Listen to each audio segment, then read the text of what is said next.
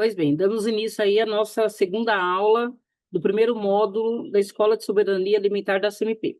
Com você a palavra. Bom dia a todos, sejam todos bem-vindos. Essa é a nossa segunda aula que iniciamos hoje. Eu quero agora chamar o companheiro Gabriel, que é o coordenador da Escola de Soberania Alimentar, para fazer a introdução da disciplina e cumprimentar a todos. Gabriel, com você, meu rei. Valeu, Valmir. Obrigado, Mina. Obrigado a todos os participantes que estão aqui estão. É com muita felicidade que a gente faz agora a primeira atividade, né? A segunda atividade, perdão, da nossa escola. Lembrando que a escola não começa hoje, né? Ela já vem de longa data já com uma discussão sobre a soberania alimentar, com cursos já desenvolvidos, mas essa é a nossa, com a parceria da Fiocruz, né? A Fiocruz que vem aqui nos celebrar, junto com a CMP, uma relação muito prolífera, né? Em que a gente fez esse curso em três módulos, né? O primeiro módulo, para apresentar a todos vocês, é esse que nós temos, a parte política, para a gente tentar entender o que significa soberania alimentar, o que significa economia solidária, e tudo isso embasado em quê, companheirada? Embasado isso no quê? Na construção de possibilidades alimentares, possibilidade de construção de hortas dentro dos espaços urbanos. Mas não é só apenas colocar a horta ali. É também colocar uma tecnologia social em que você põe uma questão da saúde e da luta popular. Afinal de contas, esses espaços, esses territórios que nós construímos ao longo das nossas lutas, seja as ocupações, seja os projetos de moradia, seja os projetos de saúde, onde tem uma intervenção local e uma organização popular, é o que dá essa tônica à escola e o que dá essa tônica ao nosso curso. Não é qualquer curso, é um curso produzido pelos movimentos sociais em parceria com a Fiocruz, uma instituição federal, né, que também tem relações com outros professores da academia, professores do movimento popular forjado nessa luta, forjado nesse território, tá? Então, mais uma vez, explicar aqui. A gente está no primeiro módulo, que é para discutir a questão da soberania alimentar, a resistência popular. A primeira aula que nós tivemos no dia 5 foi sobre a resistência do povo que constituiu tantos movimentos populares na luta aqui na região metropolitana de São Paulo, a questão da construção do SUS, né? E também como que isso tudo foi produzido pelo povo, né? Ok. Nesse segundo momento, a gente vai ter também a discussão da soberania alimentar, essa discussão da luta popular pelo combate à fome, que vai ser muito bem explanada aqui. Depois o Valmir vai apresentar o nosso professor parceiraço aqui de lutas, né? A gente está até brincando falando que o José Raimundo já é um filiado da CMP, já tá com tarefa já, Raimundo. E temos aqui também, no segundo módulo que teremos, será sobre a construção e intervenção nas ocupações e projetos de moradia, nos espaços que a gente está pensando aqui, o território do centro, o território de São Bernardo do Campo, para a construção de hortas, né? E aí a gente vai ter um momento desse módulo. A gente vai abrir a inscrição para o próximo módulo depois que terminarmos esse, tá? Só para também vocês aqui guardarem na agenda de vocês com muito carinho e devoção, na quarta-feira, dia 30/7, ou seja, quarta da semana que vem, às 19 horas, teremos o prazerzaço de conversar com uma companheira que hoje está no Ministério do Desenvolvimento Agrário, no MDA, a Ana Terra. A Ana Terra é uma parceiraça, ela também teve seus estudos na academia e também foi forjada no movimento popular, né? E ela hoje está contribuindo uma tarefa ali no Ministério do Desenvolvimento Agrário com as relações da soberania alimentar. Fica convite aí, tá bom? Para vocês guardem na agenda de vocês, dia 30/7, às 19 horas, tá? E agora eu vou passar a palavra para o nosso companheirão. Acho que eu posso dar até o calendário geral, né? E também guardem aí dia 13 de agosto e 23 de agosto para próximas aulas sobre economia solidária. Mas vamos guardando aos poucos aqui. Guarda aí, dia 30/7, quarta-feira, às 19 horas, a fala da nossa companheira Ana Terra. Bom, acho que para brilhantar aqui, o Valmir hoje vai estar na coordenação do dia, eu vou estar na infraestrutura, eu vou ser aquele que vai abrir a projeção, vai autorizando aqui o pessoal na entrada, tá bom? Valmir, desculpa me estender, é com você. Tranquilo, meu rei, tá tudo certo. Vamos lá. Hoje a dinâmica vai ser o seguinte: vamos ter a apresentação, vou apresentar o professor daqui a pouquinho. Ele vai fazer a primeira parte da explanação depois vamos ter um intervalo, um leve intervalo para beber uma aguinha, dar um pulinho no banheiro, e na sequência retornamos com a segunda parte. Se tiverem perguntas, algum apontamento, já vou anotando, né, essas perguntas aí, porque depois, assim que ele terminar a apresentação, a gente vai abrir para perguntas em geral, tá ok? Então vamos começar. Eu quero chamar para fazer uso da palavra o professor José Raimundo Souza Ribeiro Júnior. O professor é da Universidade Federal do ABC, onde entrega o LabJuta, Laboratório de Justiça Territorial. Possui bacharelado, fiz bacharelado em 2004, desculpa, licenciatura em 2005, mestrado em 2008 e doutorado em 2016, doutorado em Geografia pela Universidade de São Paulo. Entre 2019 a 2021, foi professor visitante do Instituto de Saúde e Sociedade da Universidade Federal de São Paulo, tendo atuado junto ao Centro de Práticas e Pesquisas em Alimentação e Nutrição Coletiva. Entre 2019 e 2024, atuou como representante da Associação dos Geógrafos Brasileiros de São Paulo, no Conselho Municipal de Segurança Alimentar, é coautor do Atlas da Situação Alimentar no Brasil, a disponibilidade domiciliar de alimentos e a fome no Brasil, contemporâneo, publicado em 2021. Foi um dos coordenadores do inquérito sobre a situação alimentar do município de São Paulo, produto da articulação entre o Conselho Municipal de Segurança Alimentar e Nutrição em São Paulo, o Observatório de Segurança Alimentar e Nutricional da cidade de São Paulo, e pesquisador da Universidade Federal de São Paulo e da Universidade Federal do ABC. Ou seja, o currículo do companheiro é gigante e é o prazer que nós temos de ter aqui com a gente, o professor José Raimundo, que vai nos ajudar a tratar o nosso tema de hoje e vai nos conduzir para esse delicioso processo de conhecimento. Professor, é com você. Obrigado, Valmir. Não sei se vocês me escutam bem. Ótimo. Perfeito. Beleza. Começar desejando um bom dia para todo mundo que está aqui, sábado de manhã, disponível para conversar sobre soberania alimentar, né, sobre essa luta popular pelo combate à fome. Dizer que eu fiquei muito feliz com o convite do pessoal da CMP para integrar esse momento, né, do curso da Escola de Soberania Alimentar. Tenho um carinho muito grande por esse conceito, por esse... mais do que um conceito, é uma expressão da luta mesmo contra a fome, importantíssimo. E no momento que a gente vive cercado de negacionismo, né? Há pouco tempo atrás, como parte de um projeto ultraconservador, ultraliberal, a gente tinha um presidente que negava a existência da fome no país. Na verdade, até para começar uma aula como essa, é difícil não citar o que está acontecendo em Gaza nesse momento, o alimento sendo usado como arma de guerra. É difícil abrir, seja o noticiário, seja as redes sociais, e ver as imagens de crianças, mas não só de crianças, né, de uma população inteira sendo submetida à fome extrema por um projeto político ultraconservador, que tem suas bandeiras bem claras. Mas também acho que uma das coisas que eu gostaria de conversar hoje é o risco que a gente tem de uma certa cooptação desse conceito de soberania alimentar, de transformar ele em algo palatável, em algo que não diz exatamente sobre a luta, e acho que a gente tem que defender as nossas palavras, porque elas importam bastante na hora da gente encaminhar não só os nossos pensamentos, mas as nossas ações. Então, eu dividi a aula em dois momentos, vou pedir para passar para o próximo slide. Acho que num primeiro momento, eu queria conversar um pouco sobre o que é a fome. Acho que esse é um debate sempre importante de ser feito. Diferentes projetos políticos olham para a fome de formas diferentes.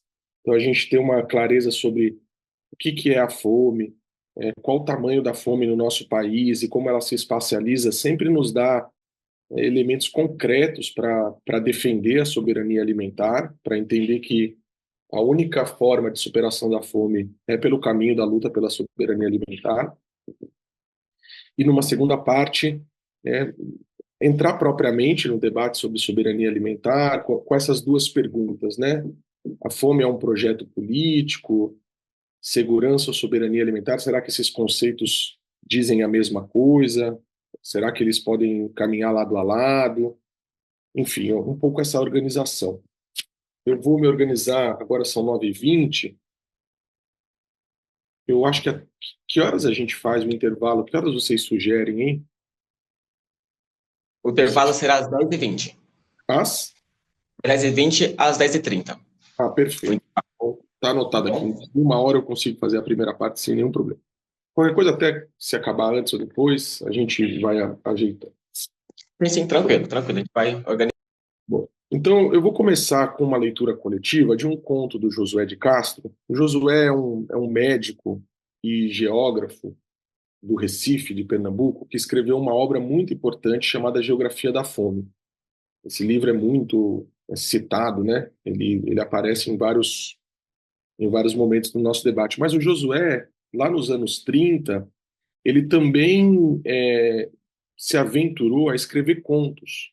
E nos anos 60 ele escreveu um romance, Homens e Caranguejos, esse romance que, inclusive, posteriormente serviu de inspiração para o pessoal lá do movimento Mangue Beach falar de homens e caranguejos. Esse conto que eu trouxe para a gente aqui, eu uso bastante os contos do Josué para esse momento de aquecimento, para a gente se aproximando da temática, sabe? E acho que é um tipo de material que a gente pode levar para o território para fazer leituras em várias situações. Então, o conto é chamado Assistência Social e ele narra a experiência de um médico trabalhando numa fábrica do Recife nos anos 30. Em alguma medida, é um conto autobiográfico. Esse médico é, em alguma medida, o Josué. O Josué ele é de uma família de classe média do Recife, lá nos anos 30. Ele sai do Recife para fazer medicina, vai para Salvador e depois para o Rio.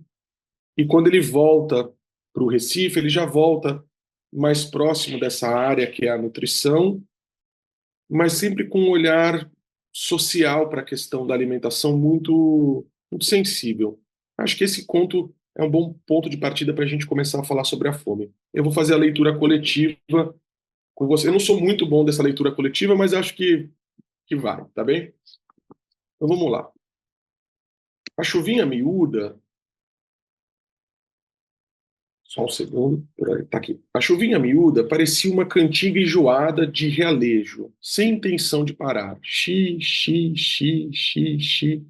Feito brincadeira de chuva, mas muito pior do que se chovesse de verdade logo de uma vez. A poeirinha d'água borrifando o chapéu cinzento, já meio amarrotado do Dr. Félix, e aos poucos mudando a cor da massa, de cinzento a esverdeado, de esverdeado a marrom, e nada do bonde chegar. Destino duro, esse de esperar num tempo daqueles, um bonde que não aparece, e ainda por cima sem capa, só com a roupinha de brim e o chapéu cinzento do bilhete. Para distrair a impaciência, e levado pela impaciência, o Dr. Félix começou a pensar nas coisas tristes da sua vida. Na sua vida inteira de coisas tristes. 6 anos de estudos, de sacrifícios, de mede pão com manteiga, para se formar em medicina, para ser doutor. Para quê? Para levar chuva quase todo dia, esperando os bondes hipotéticos da cidade do Recife, para ir ver nos subúrbios pobres morrendo sem dinheiro para comprar comida, quanto mais remédio. Médico, profissão liberal. Lorota. Liberal para quem tem pai fazendeiro, capitalista, para pagar o consultório de luxo, para pagar anúncios nos jornais, para pagar os elogios dos amigos, para pagar as boas relações. Pai ou sogro. Mas para quem começa no duro, sem encosto, qual profissão liberal? Assalariado, classe proletária é o que é.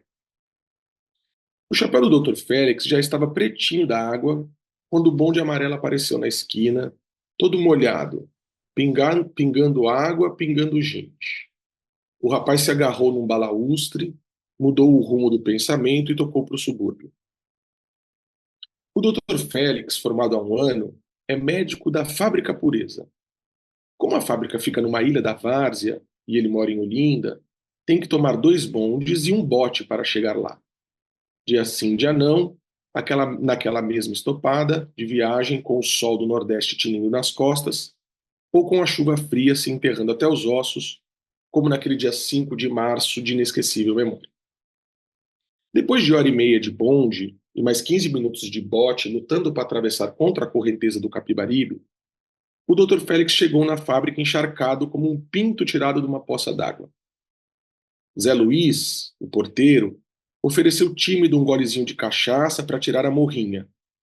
Mas como não ficasse bem a um médico esses hábitos populares, medicina, profissão nobre, dignificante, sacerdócio, o doutor apenas agradeceu afetuosamente e não aceitou. O apito tendo anunciado a sua chegada, o gerente mandou chamá-lo para ter com ele ligeira conversa administrativa. O senhor Renato Pontes, sócio e gerente, é um verdadeiro homem de negócios, sempre atento aos interesses dos capitais da firma. Quando o médico, enxugando as mãos com o lenço, foi entrando no seu escritório, ele foi logo dando bom dia e entrando com a ladainha. Doutor, o senhor sabe que nós temos todo o interesse pelo bem-estar e pela saúde dos nossos operários, que foi exatamente isso que nos levou a contratá-lo, pagando-lhe R$ 200.000 por serviços médicos. O senhor sabe, doutor, que quando algum operário adoece a ponto de não poder trabalhar, nós continuamos a pagar-lhe integralmente. O doutor Félix rememorou o número imenso de tuberculosos trabalhando na seção de tintas e que foi um trabalho enorme para mudar os que não podiam respirar ali para outra seção, porque não havia vagas. E eles não queriam ficar sem emprego. Morrer de fome logo de uma vez, preferiam esperar para morrer mesmo da tuberculose. O senhor sabe, doutor, que todo o remédio que o senhor receita nós fornecemos sem descontar da folha de pagamento. O doutor lembrou-se dos salários miseráveis daquela gente, de 3 a 6 mil réis por dia. Vê, portanto, o senhor que temos toda a benevolência, o espírito de humanidade com os nossos operários. O doutor Félix sorriu melancolicamente, mas o sorriso não passou desapercebido do gerente que, mudando o tom melífluo de sua voz, continuou irritado. Mas o senhor deve compreender que a nossa benevolência tem limites. Não pode ser também de pai para filho. As despesas em remédio estão sendo enormes. É preciso uma providência. O Dr. Félix teve vontade de dizer que a providência seria dar comida e conforto aos operários, para não adoecerem todo dia, mas resolveu calar e continuar ouvindo. Senhor, imagine que o mês passado foram 400 mil réis de medicamentos. 400 mil réis. Senhor doutor, o que o senhor tem que fazer é receitar purgativo para essa cambada de vagabundos. O médico não respondeu nada, saiu do escritório do gerente, entrou na salinha da consulta, tirou o paletó molhado e, em mangas de camisa, começou a trabalhar. Atendeu a 11 operários, 5 tuberculosos, 3 velhos cardíacos, uma mulher hidrópica e 2 crianças anemiadas, subnutridas, da seção de embalagem. Receitou-os como lhe pareceu mais acertado. Mesmo atendendo à sugestão do gerente de que tuberculose em operário não é doença, não lhe pareceu indicado receitar purgativos. No dia seguinte, o jovem médico recebeu uma carta da fábrica, onde, em nome da diretoria, eram dispensados os seus serviços médicos para se proceder a uma reforma na assistência médico-social dos operários. A carta era datada de 5 de março e assinada pelo gerente.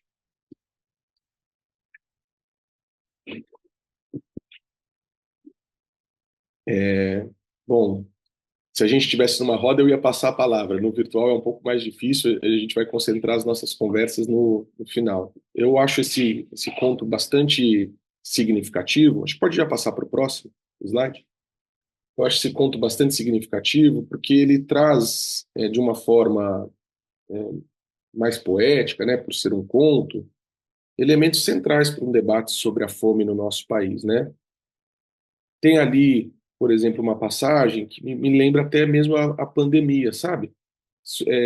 Essa chantagem entre morrer de tuberculose e morrer de fome foi a chantagem que foi colocada para a maior parte da população brasileira durante a pandemia. Muita gente se expondo ao vírus, ao corona, porque não podia ficar em casa, porque o dilema que estava colocado era esse.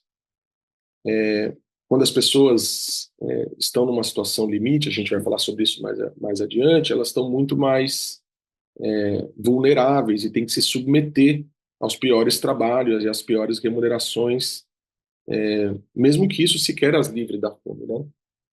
Também acho que o conto traz para a gente uma questão interessante, que são os limites da assistência social, né?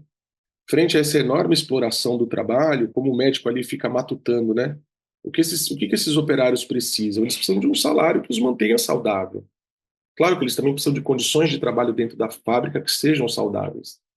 Mas trabalhadores que estão recebendo um salário que é insuficiente para sua própria alimentação vão adoecer. E os próprios remédios que ele está receitando ali não vão resolver esse problema. Então, tem alguns pontos desse conto que eu acho que são um bom ponto de partida para a nossa conversa sobre a fome. O Josué, nesse livro que está sendo projetado, em Geografia da Fome, ele formula, para mim, uma das maiores contribuições dele no debate até hoje é a forma como ele formula esse conceito de fome, né? Como que o Josué de Castro entende o que é a fome. E lendo Josué, estudando o movimento da obra dele, em certo momento me ficou claro que a forma como ele elabora o conceito de fome tem uma relação estreita com a sensibilidade geográfica que esse autor tinha antes mesmo de se enveredar pela geografia. O Josué, como eu disse, ele é de uma família do Recife, né? Ele nasceu no Recife, ele narra que vivia não nos mocambos, mas próximo dos mocambos. Portanto, ele conhecia a realidade periférica do Recife desde sua infância, né? Brincava com os meninos dos mocambos, nos mangues do Recife, e ao mesmo tempo o pai dele era do sertão da Paraíba, então ele ouvia também, passou um bom tempo da sua vida ouvindo as histórias da fome no sertão do Nordeste. Então ele de alguma forma foi exposto desde pequeno às imagens da fome, seja no sertão do Nordeste, seja no Recife, seja na zona da mata do Nordeste. E porque ele teve essa sensibilidade, me parece que ele conseguiu captar algo muito importante, que é o fato de que a fome é um fenômeno que pode aparecer de diversas formas. A gente pode, então, dizer que a fome é um fenômeno polimórfico. Ele tem mais de uma forma, não tem só uma fome, né? E aqui eu não estou fazendo um uso metafórico da fome como fome de outras coisas que não de alimentos. Eu estou dizendo da fome de alimentos mesmo. Ela pode aparecer de formas muito distintas. Então, olhando para a realidade dele, para a realidade, por exemplo, desta fábrica que está colocada aí, ele conseguiu identificar pessoas que tinham o que comer, mas passavam fome, que comiam todos os dias, mas nem por isso estavam livres da fome. E, ao mesmo tempo, reconhecendo a realidade, né, como nordestino do sertão, uma realidade que está a centenas de quilômetros ali do Recife, ele também reconhecia a existência das crises de fome, dos surtos de fome que não eram causados, mas desencadeados pela seca.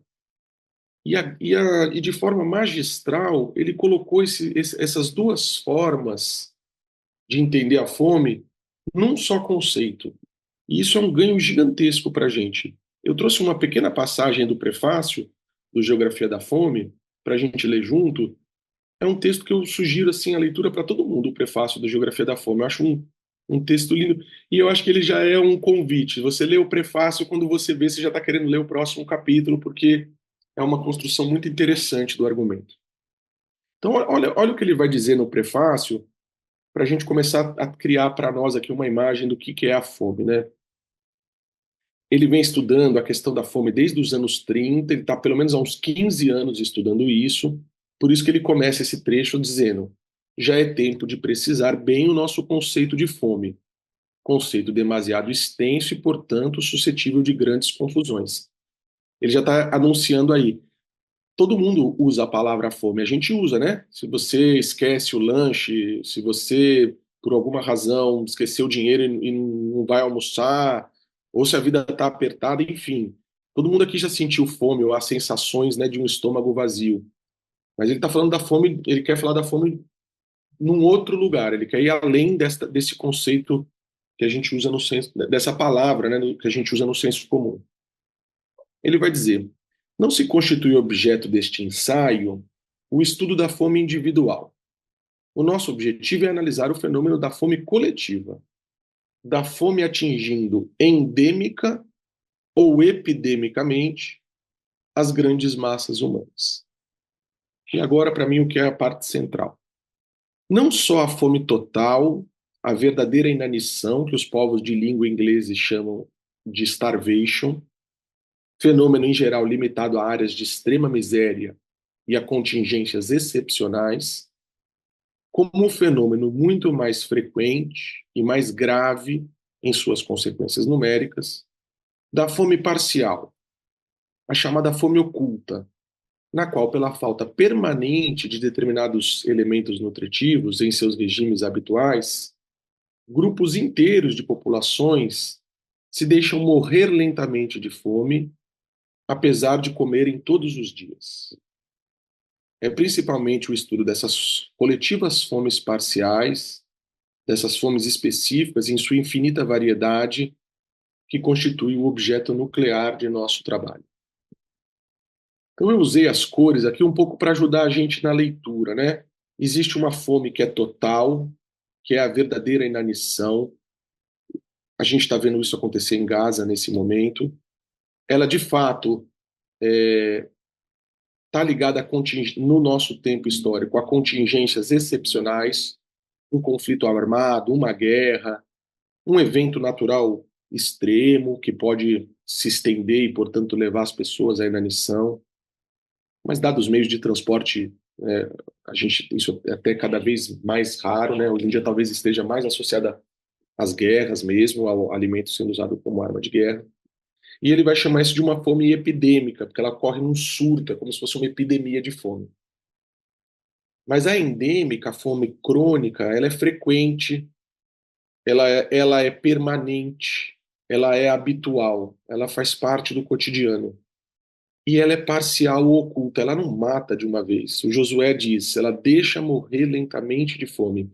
A gente observa isso nas menores expectativas de vida, de quem passa uma vida com fome parcial ou fome oculta.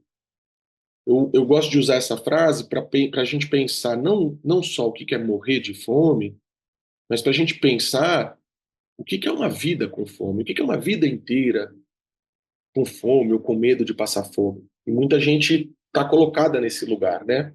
Isso aí. Esse conceito alarga a nossa compreensão de fome. Quem quer dizer que está tudo bem, que não tem crise, vai tentar usar os conceitos de fome mais restritivos para dizer, não, isso é uma coisa pontual.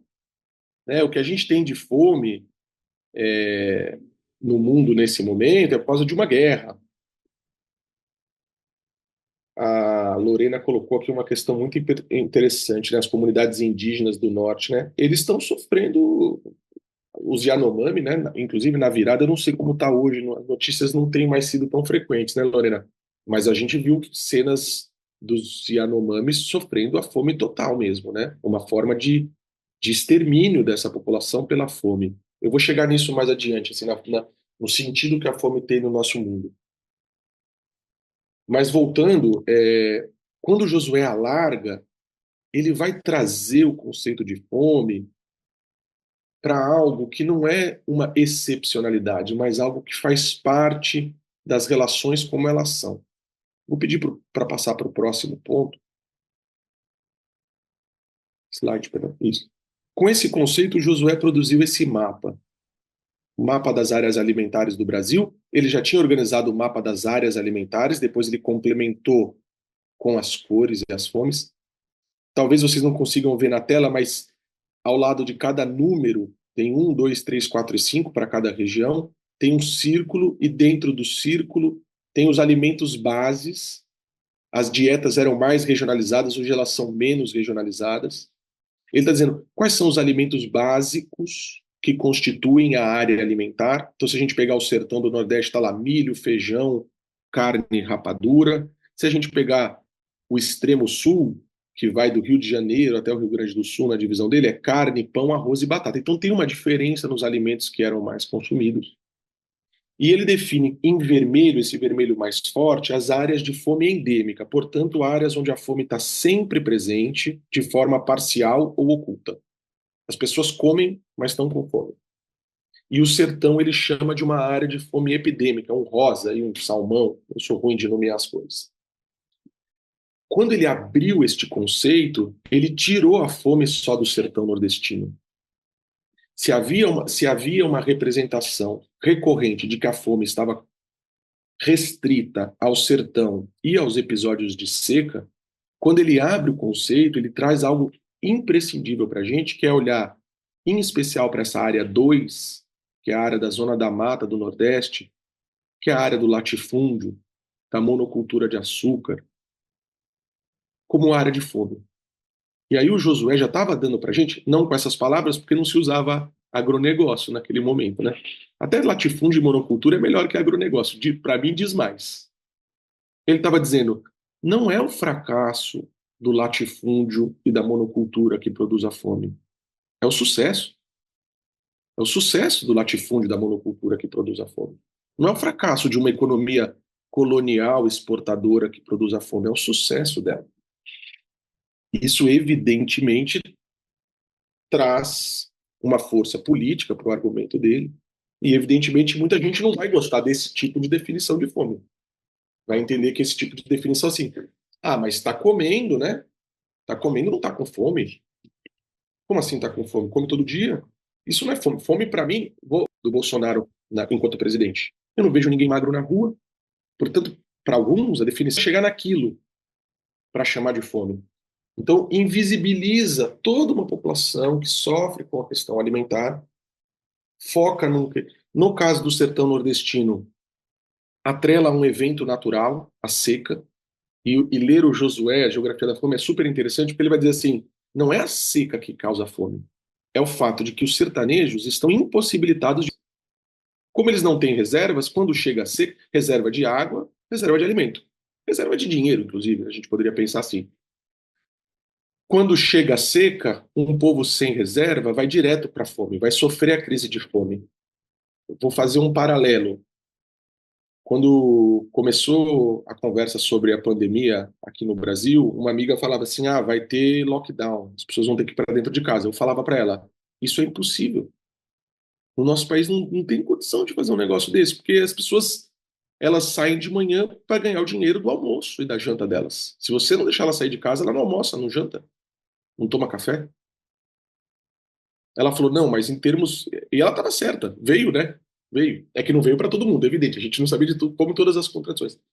Mas o que a pandemia colocou para as pessoas que não têm reservas? A entrada na fome muito rapidamente. A gente tem dados, né, da rede Pensan, da rede de pesquisa em soberania e segurança alimentar e nutricional, que falam da explosão, da, daquela coisa absurda de fome que foi a pandemia. Evidente, já regrediu um tanto. Não acabou. Regrediu. A gente não está vivendo o mesmo cenário da pandemia. Mas a pandemia produziu aquelas imagens, né, das filas dos ossos, enfim, muitas imagens relacionadas à fome, né? Então o Josué tem essa importância para a gente, o fato de que ele conseguiu abrir o conceito. O conceito do Josué não foi utilizado por muitos outros pesquisadores, nem por outras instituições. Ele ficou um conceito mais relativo à obra do próprio Josué mesmo. Eu tento resgatar ele nas minhas pesquisas, mas não é um conceito que é mobilizado, por exemplo, para a gente quantificar a fome ao redor do mundo. Um conceito que apareceu depois do Josué foi um conceito de fome que eu entendo como um conceito que é socialmente reconhecido. Como que as pessoas reconhecem socialmente a fome? Vou pedir para passar para o próximo slide. Então, vou dar um salto agora temporal e vou para os anos 80 nos Estados Unidos. As duas pesquisas que eu estou citando aqui, elas são publicadas em 92, mas o processo de pesquisa começa nos anos 80. Hadmer, acima, né? Kati Hadmer, mais conhecida e talvez o mais importante trabalho nesse sentido. E Wheeler, Cheryl Wheeler, também trabalho super importante. Eu gosto de olhar para esses dois trabalhos juntos, eles têm potências quando a gente olha para eles juntos. Essas duas pesquisadoras mulheres olharam para o contexto americano do início dos anos 80 e reconheceram o seguinte problema: a fome aumentava, os pedidos por alimentos nos Estados Unidos aumentavam, mas não tinha nenhuma medida de fome que captasse a fome naquele país. Primeiro, por que aumentavam? Não é coincidência. Início dos anos 80 é o início do governo Reagan, é a virada para o neoliberalismo nos Estados Unidos, é corte de projetos sociais, é arroxo salarial, é combate à organização dos trabalhadores. Tudo isso produz fome. Produz fome aí, produz fome no Reino Unido com a Thatcher também. Então, há uma percepção dessas pesquisadoras de que a questão alimentar se deteriora nesse momento. O indicador que havia naquele momento para medir a fome no mundo, mais utilizado, era o indicador de desnutrição crônica da ONU.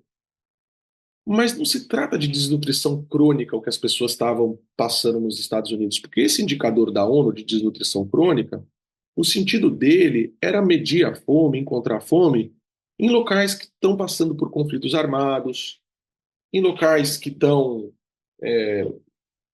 com um governo muito precário, que a economia está muito desorganizada. Então, uma forma de medir a fome mais intensa. Não é exatamente isso, mas a gente poderia dizer o indicador de subnutrição ou de desnutrição crônica se aproxima do conceito de fome total do Josué. E onde fica a fome parcial? Como a gente faz para medir essa fome de quem come? E essas mulheres tiveram uma perspectiva metodológica muito interessante, que foi a de não definir a fome a partir da bibliografia, a partir do que elas entendiam como fome, mas de perguntar para as pessoas o que as pessoas entendem como fome. E por isso eu digo que é uma definição socialmente reconhecida. Por quê? Como que as pessoas que estão sendo privadas de alimentos reconhecem a fome? Fizeram grupos focais, em especial com mulheres, com mães, e perguntaram: o que é fome para você? E aí elas perceberam algo muito interessante que permitiu criar uma escala de fome. Primeiro, elas perceberam que as experiências eram muito parecidas nos diferentes domicílios. Mas também perceberam que as experiências tendiam a ter uma certa gradação. Começava com um tipo de experiência até chegar numa mais intensa. Que experiências são essas? Então, perguntando para essas mulheres. Primeira coisa que aparece,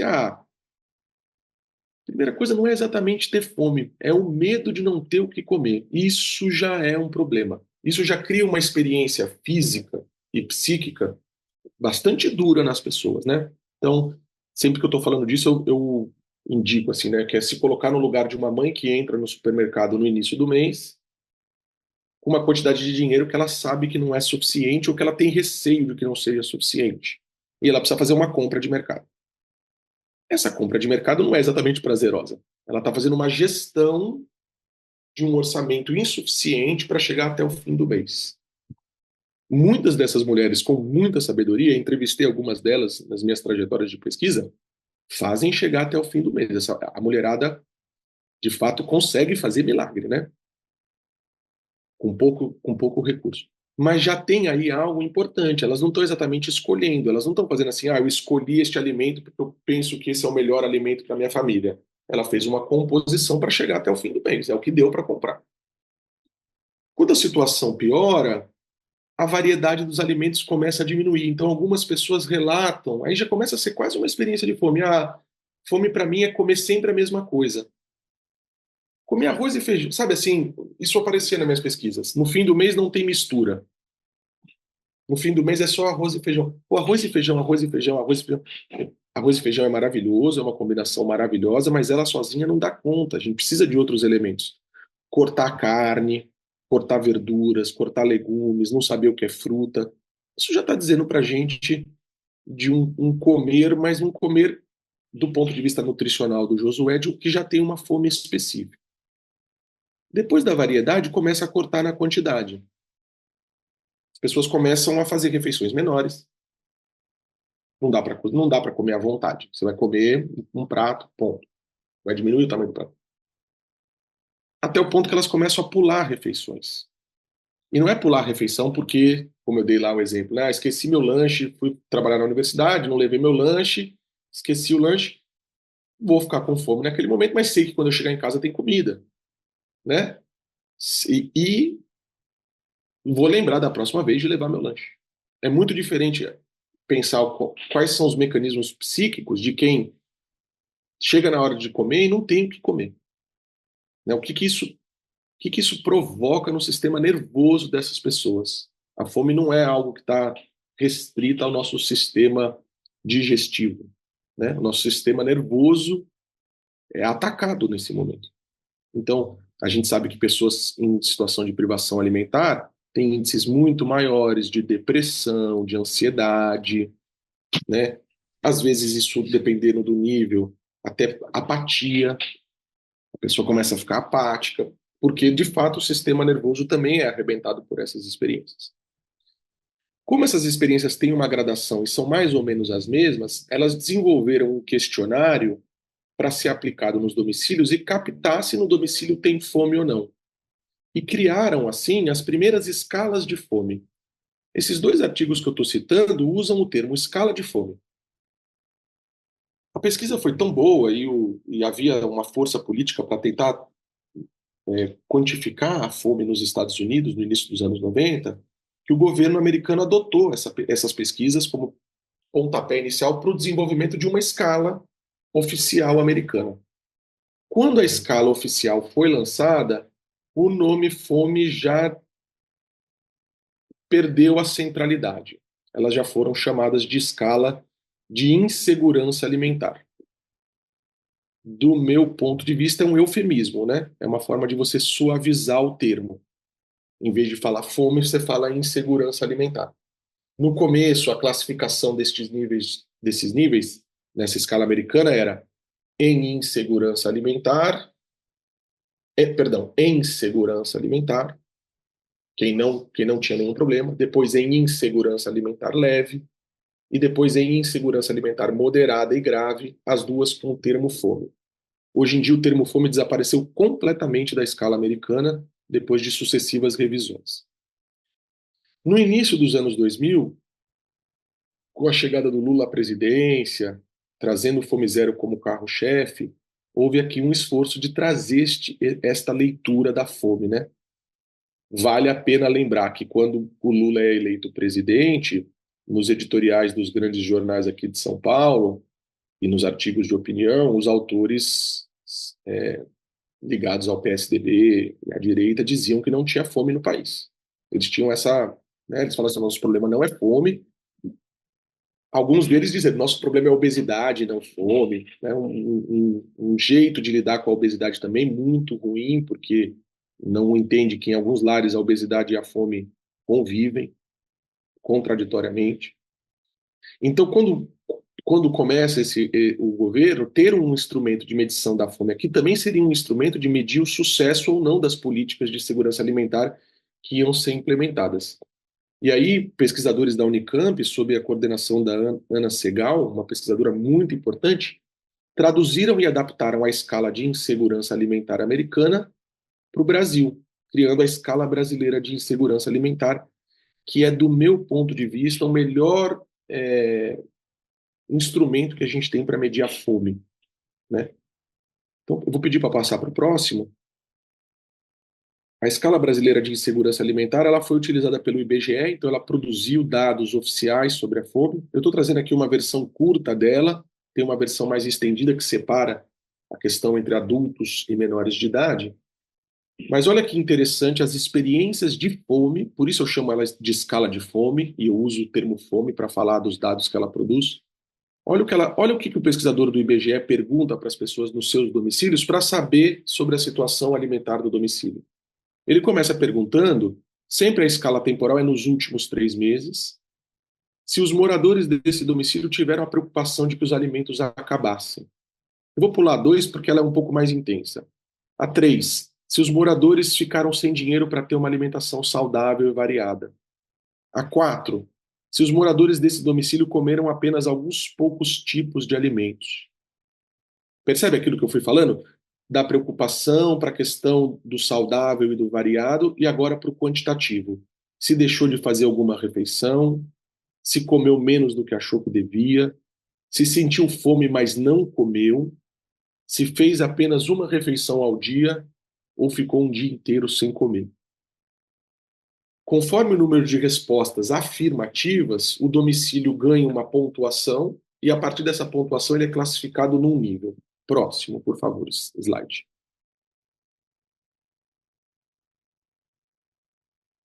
Então, digamos que um domicílio respondeu até três questões afirmativamente. Vamos supor que ele respondeu a 1, a 3 e a 4. Não precisa ser na ordem, tá? Eu fiz assim para facilitar a nossa leitura. Mas vamos supor que respondeu que estava preocupado. Vamos supor que respondeu que a alimentação saudável e variada foi prejudicada e que comeu apenas alguns tipos de alimentos. Respondeu essas três, ele é classificado em insegurança alimentar leve. Como não tem nada de leve nisso, eu prefiro chamar isso de risco de fome. Tem uma luz amarela, tem uma luz de atenção acesa dentro desse domicílio. A mãe não está bem, o pai não está bem, está todo mundo preocupado se vai ter o que comer ou não até o fim do mês. A alimentação não é variada, não é. Então, assim, esse lugar já é muito ruim, ele já é bastante preocupante. O ideal era que a gente tivesse o país inteiro respondendo não a todas essas perguntas, que ninguém começasse o mês. Eu estou usando o mês aqui porque é uma referência, né? Mas se a pessoa recebe por semana, é semana, se a pessoa recebe por dia, é dia, mas enfim. Se ninguém tivesse a preocupação de que os alimentos vão acabar, de que os alimentos acabar, nem passassem pela cabeça das pessoas. Isso é o mínimo. Que no fundo já é utópico para a nossa realidade, como a gente vai ver. Se começou a responder mais de 3 perguntas, vamos supor que respondeu deixou de fazer alguma refeição, ou o alimento acabou antes de que o domicílio tivesse dinheiro para comprar mais comida. A gente já coloca uma fome num primeiro nível aí, né? Fome 1, insegurança alimentar moderada, eu vou chamar de fome 1. E tem o fome 2, que é quando fica ainda mais explícita a presença da fome no domicílio, que é quando a pessoa sente fome, mas não come, quando a pessoa faz apenas uma refeição ao dia ou fica um dia inteiro sem comer. Eu gosto de ler essas perguntas porque agora a gente vai olhar para os números que elas produzem e esses números vão ter uma materialidade. Se a gente só olha para os números e não sabe como os números são produzidos, a gente fica um pouco refém da frieza dos números. Os números são frios, a gente vai falar de milhões de pessoas e isso ganha uma certa frieza. Então é bom saber o que está por trás destes números. Próximo slide, por favor. Usando essa classificação e esses dados, eu peguei aqui só pesquisas do IBGE. Olha o que aconteceu com a fome no Brasil no início do século XXI. Então, 2004 é a primeira pesquisa, ela foi feita no início do primeiro mandato do Lula, e a gente tinha 40% do país sem ter certeza se ia ter o que comer até o fim do mês ou não. Eu estou somando aí risco de fome, dá quase 40%. E quase 20%, 1 em cada 5 brasileiros, em situação de fome. Pulando refeição, comendo menos do que achou que devia, sentindo fome, mas não comendo. Entre 2004 e 2013, houve uma redução. Então, a gente pode dizer que houve entre Lula 1, Lula 2, Dilma 1, até uma parte de Dilma 2, uma redução da fome no país. Não houve fim da fome. Essa é uma... Aí eu me coloco em contrapartida àqueles que falam da saída do Brasil do mapa da fome, que foi uma saída importante, mas o mapa da fome da ONU usa aquele conceito que eu falei, que é o de desnutrição crônica. Então, assim, é uma conquista. Que o Brasil tivesse desnutrição crônica até 2014 é uma vergonha, né? É uma medida usada para um país que está em guerra. E muitas vezes o nosso país ele tem estatísticas de países que estão em guerra. Isso é loucura. É o tamanho do massacre que as elites promovem no nosso país.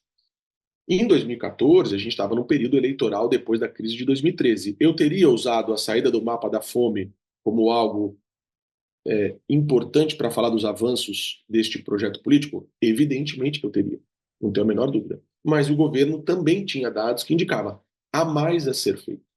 O que a gente pode se perguntar olhando para o dado de 2013, a gente conseguiu uma redução com Bolsa Família. Bolsa Família ajudou a reduzir. Mais que isso, salário mínimo ganhou, teve valorização real. Olha o que acontece. A fome vai diminuindo. Mas não acabou. A gente tem mais de 20%, quase 20, mais de 25% da população em algum grau de insegurança alimentar, ou seja, com risco de fome e fome. O que a gente tem que fazer para além? O que mais? A mudança precisa ser mais estrutural. O que está sendo feito até aqui produziu efeitos, vamos defender a produção desses efeitos, mas não foi suficiente.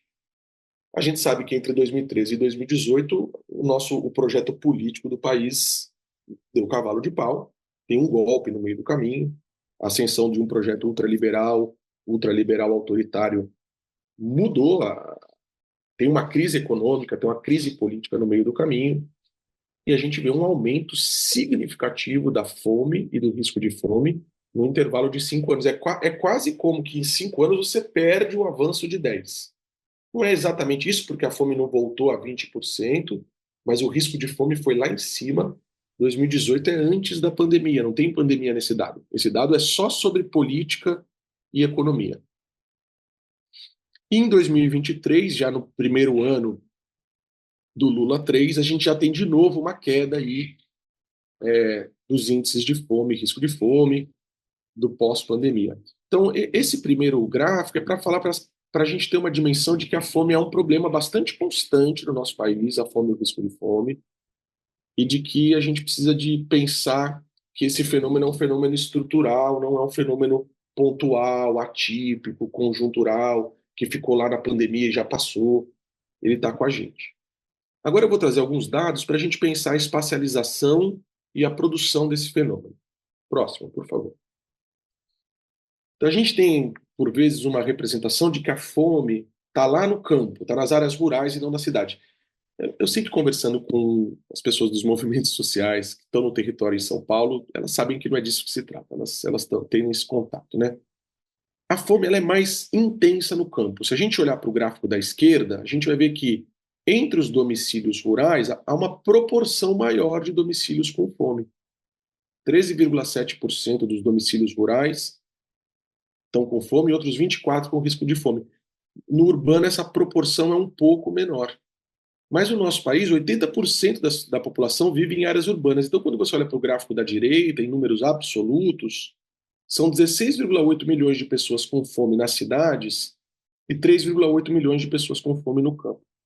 Isso aqui não deve nos levar para qualquer tipo de priorização bizarra, como se a fome no campo ou na cidade tivesse que ser priorizada uma em detrimento da outra. Não, isso é para a gente entender de fato a complexidade dessa espacialização. Para a gente reconhecer que nas grandes cidades, nas metrópoles, nas suas periferias, existe uma parcela significativa das pessoas em situação de fome e risco de fome. O que não exclui a necessidade de olhar também para a fome no campo. O próximo, por favor. Esse é o mesmo raciocínio, agora olhando para as regiões do país. Então, aquela imagem que estigmatiza o Nordeste como a principal área de fome do país. Se a gente olhar para o gráfico da esquerda, em termos proporcionais, o Norte está até à frente do Nordeste. O Norte está com mais fome do que o Nordeste. Esse é o tipo de dado que dá para os pesquisadores, a gente fica assim, tá, como é que eu explico isso, né? A gente começa a formular hipóteses. O quanto este avanço desta fronteira do agronegócio e da mineração não é responsável por isso. Essa é uma boa hipótese, né? A Lorena perguntou aqui, a fome entre os indígenas lá no Yanomami. Putz, aquela fome intensa, ela pode ser para a gente uma boa dica para perseguir quais são as relações sociais que estão produzindo essa fome no Norte. Mas a fome no Nordeste não é muito menor, ela continua significativa. A gente tem uma fome no Centro-Oeste, 7,6%, Centro-Oeste que se orgulha de ser o celeiro do Brasil, né? É de onde sai boa parte da soja, o milho, o agronegócio muito forte no Centro-Oeste, mesmo assim com bastante fome. Sudeste e Sul com índices menores, mas não irrelevantes. Quando a gente olha para a distribuição quantitativa no gráfico da direita, a gente vê que o Nordeste continua sendo a área com o maior número absoluto de pessoas nessa situação, 8,5 milhões, mas olha o tamanho da fome e do risco de fome no Sudeste. Não é desprezível. Pelo contrário, né? Isso aponta para uma espacialização da fome que demanda da gente entender as contradições entre centro e periferia em várias escalas. Então, existe uma centralidade, uma periferia mundial. A fome é maior na América Latina, na África e na Ásia do que na Europa e nos Estados Unidos. Mas dentro da Europa e dos Estados Unidos tem periferias com fome? Tem. Quando a gente vem para o Brasil, a fome é mais intensa no norte e nordeste. Mas isso não deve apagar que no sudeste a gente tem as nossas periferias, em geral periferias urbanas, em geral compostas por muitos nordestinos e filhos de nordestinos, né? Então os movimentos migratórios têm relação com a fome. E esses dados mostram para a gente essa complexidade para entender a espacialização da fome num país como o nosso. O próximo, por favor. Bom, esse é uma obviedade, às vezes os pesquisadores precisam de números para falar das obviedades, né? Se eu chegar e falar para uma dona de casa, no Grajaú, onde eu fiz pesquisa, ou no Brás, de que quanto maior a renda, melhor a alimentação do domicílio, ela vai falar assim para mim, não diga. Jura que quem tem mais dinheiro come melhor? Para isso, para a gente é uma obviedade, né? Então, as faixas de rendimento mensal per capita, conforme vai aumentando a faixa de rendimento, pessoas vão tendo melhores alimentos e mais alimentos em casa. Uma alimentação farta e variada, no nosso mundo, custa dinheiro, não tem escapatória. Então, a gente olha aí que quem recebe até 1/4 de salário mínimo per capita, ou seja, uma família, pai, mãe, 2 filhos. A mãe está em casa cuidando da criança pequena. O pai está fora, trabalhando e recebendo um salário mínimo, a chance de estar com fome é imensa. Ou o risco de fome, né? Eu tenho muitas conversas, por ter sido professor na rede do ensino básico e por achar a escola um lugar muito interessante, e por ter trabalhado na Unifesp com o pessoal lá do Programa Nacional da Alimentação Escolar. Olha a importância que um Programa Nacional de Alimentação Escolar tem quando a gente olha para o fato de que famílias com pequeno rendimento podem ter crianças com fome. Eu não trouxe aqui os dados por faixa etária, mas famílias com menores de idade têm maiores índices de fome. Todo mundo faz essa conta, é uma boca a mais para comer que não está trabalhando. É um salário mínimo que está sendo dividido por mais pessoas. De 1 a 4, os salários mínimos, de 1/4 a meio cai, de meio a 1 cai, de 1 a 2 cai, mas aqui eu queria chamar a atenção para uma coisa. Como pode, a gente está falando de salário mínimo per capita, não é salário mínimo do domicílio. Como pode alguém com um salário mínimo per capita ainda assim estar com fome? Isso diz que o salário mínimo é um salário de fome. E o Diese está aqui para a gente usar sempre os dados do Diese e dizer o salário mínimo deveria ser. Eu sempre coloco isso em sala de aula para os meus alunos. Os que não conhecem o dado ficam abismados que hoje em dia o Diese diz que o salário mínimo teria que estar em torno de 6 a 7 mil reais. Para estar de acordo com a lei, com o que a lei diz, que é garantir uma cesta básica de alimentos sem comprometer outros gastos. O salário mínimo a 1.500 significa que as pessoas começam o mês com menos 4 mil, com menos 5 mil. Não é que elas começam com 1.000 e tanto, elas começam com menos. Então, esse gráfico mostra para a gente a importância de uma luta em torno da remuneração do trabalho. E a gente sabe que é verdade que nem todo mundo está CLT, ganha salário mínimo, mas o salário mínimo ele vira um nível para outras remunerações. Então, é importante. O debate sobre salário mínimo é muito importante. Eu acho tímido o avanço do salário mínimo que a gente teve nesses últimos anos. Teria que ser mais intenso. Perceba que em números quantitativos absolutos, 2,1 milhões de pessoas em situação de fome com renda per capita de meio a um salário mínimo. Então é muita gente em situação de fome recebendo até um salário mínimo per capita. Para quem mora em São Paulo, não é difícil imaginar que tendo que arcar com gasto de aluguel e de transporte, um salário mínimo pode levar à situação de fome. Pode levar a ter que comer menos do que achou que deveria, pode levar a pular a refeição, pode levar a sentir fome e não comer.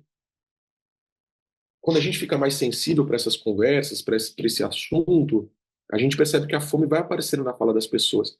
Não, já escutei, você entra no Uber, pergunta lá como tá a vida, a correria, tem cara que diz, olha, não, eu pulo o almoço, eu não almoço, não dá para parar para almoçar, porque tem que rodar direto, porque parar para almoçar na rua é caro, não, eu volto para casa para almoçar, no final do dia eu faço a refeição. Então o cara está trabalhando, às vezes está tirando mais do que um salário mínimo, mas está pulando refeição para conseguir fazer isso. É algo bastante grave, né? O próximo, por favor.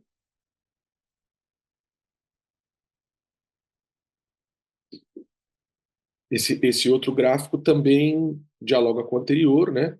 Que tipo de ocupação e emprego tem mais fome? Trabalhadora doméstica, é a pior situação, a gente achou o mesmo para o município de São Paulo.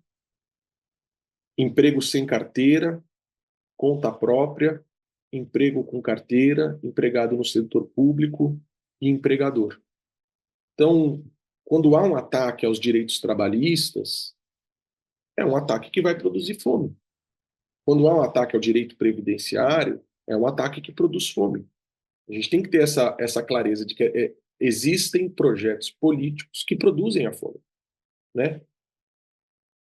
O interessante de olhar para o outro, o gráfico em termos absolutos, é perceber que esta categoria conta própria, dentro da qual tá muitos daqueles que se entendem como empreendedores, essa palavra é um termo que a gente precisa debater mesmo, tem muito empreendedor em situação de fome, né?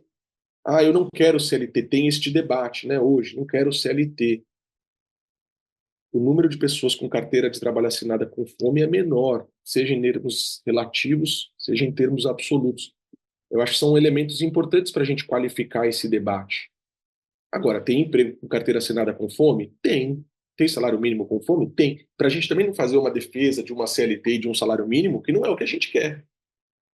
Eu acho que a gente tem que ter a gente tem que saber também entender essa revolta contra a CLT, né? Contra o 6 por 1. É um debate super importante para a gente problematizar. Não, eu quero. O que a gente tem que fazer para as pessoas quererem ter CLT? Uma CLT que nos defenda de fato da fome, um salário mínimo que nos defenda da fome. E o próximo, por favor. Como a inserção das pessoas no mercado de trabalho, e não só no mercado de trabalho, né, na sociedade, é atravessada pelas questões de raça e de gênero, os rendimentos das pessoas de referência, quando elas não são brancas e quando elas são mulheres, são menores. Então, existe o nosso mercado de trabalho opera com um filtro de raça e gênero. Eu não tenho tempo aqui de mostrar as estatísticas de rendimento e trabalho, mas ele opera com esse filtro. Esse filtro se traduz em maior fome quando a pessoa de referência do domicílio é negra, em maior fome quando a pessoa de referência do domicílio é uma mulher. Para mim, um dado que traduz isso é quase assim um dado paradigmático é o dado das empregadas domésticas, das trabalhadoras domésticas, porque elas são majoritariamente mulheres, majoritariamente negras, submetidas a um trabalho instável, um trabalho sem segurança, sem direitos. Não é à toa que é a ocupação de trabalho onde tem mais fome. Então a gente tem aí esse conjunto de dados para perceber que a fome não é um fenômeno pontual, não é um fenômeno atípico, não é um fenômeno conjuntural de um certo momento. Ela dialoga com questões bastante estruturais da nossa sociedade. Os números são altos e são assustadores porque a gente abre o conceito de fome. A gente não quer ficar trabalhando com um conceito de fome muito restritivo, que só dá conta do pior caso, do pior cenário. É trazer um olhar mais amplo para a fome. Em linhas gerais, era isso que eu tinha para falar nessa primeira parte. Acho que eu até fui bem de tempo, né? São 10h17. Eu não acompanhei, eu vi que o Francisco colocou uma fala. Eu vou ler a fala do Francisco. Eu sou do sertão do Ceará, prova de que é muito difícil amanhecer o dia e não ter nada para se alimentar. O Nordeste ganhou um grande deuses chamado Lula, faz 28 anos que estou em São Paulo, mas quando vou para lá eu vejo quanto o nordestino mudou depois que o Lula entrou no governo. É bem verdade, Francisco, teve uma mudança significativa. Não dá, quando eu mostro lá o dado, né, está caindo a fome, mas não está acabando, tem que dizer as duas coisas ao mesmo tempo. Tem que dizer, cara, cada pessoa que sai dessa situação é uma vitória. Uma pessoa menos com fome é uma vitória. A gente tem que lutar por isso. Não dá para diminuir este avanço. Ao mesmo tempo, tem que reconhecer, ainda falta mais. Precisamos de mais. E acho que essa situação que continua mais dura no campo, que continua mais dura no Nordeste, apesar de em termos quantitativos também estar aqui, diz muito sobre por que que as pessoas não voltam, né? Eu perguntava às vezes nas minhas entrevistas, às vezes estava entrevistando alguém que estava num cortiço no Brás, uma situação horrível, assim, mas não dá vontade de voltar para sua terra? A pessoa falava assim, de jeito nenhum. E às vezes era uma referência ao sertão do Nordeste. Não, lá não tinha nada. Aqui pelo menos tem o fim da feira, aqui tem a doação, aqui tem formas bastante degradantes de conseguir o alimento, que a gente não defende, mas que existem aqui e não existem em outros lugares. Então, esse debate de fato fica atravessado por muitos sentidos, né? Não é uma coisa que tem só uma causa, que tem só uma forma, tem que olhar para ele com essa complexidade. Eu não sei se vocês quiserem, a gente pode abrir um pouco para pergunta, ou a gente pode fazer a pausa agora e volta com as perguntas. Para mim, tanto faz. Então, aí vou com vocês. Professor, agora são 10h19, íamos até 10h20, então praticamente cumprimos o horário, né? Então a gente faz um intervalo agora, de 10 minutinhos, para ir no banheiro, beber uma água, dar uma mexida na perna, esquentar, porque ficar parado aqui está congelando, o frio vem pelas pernas, vai subindo, né?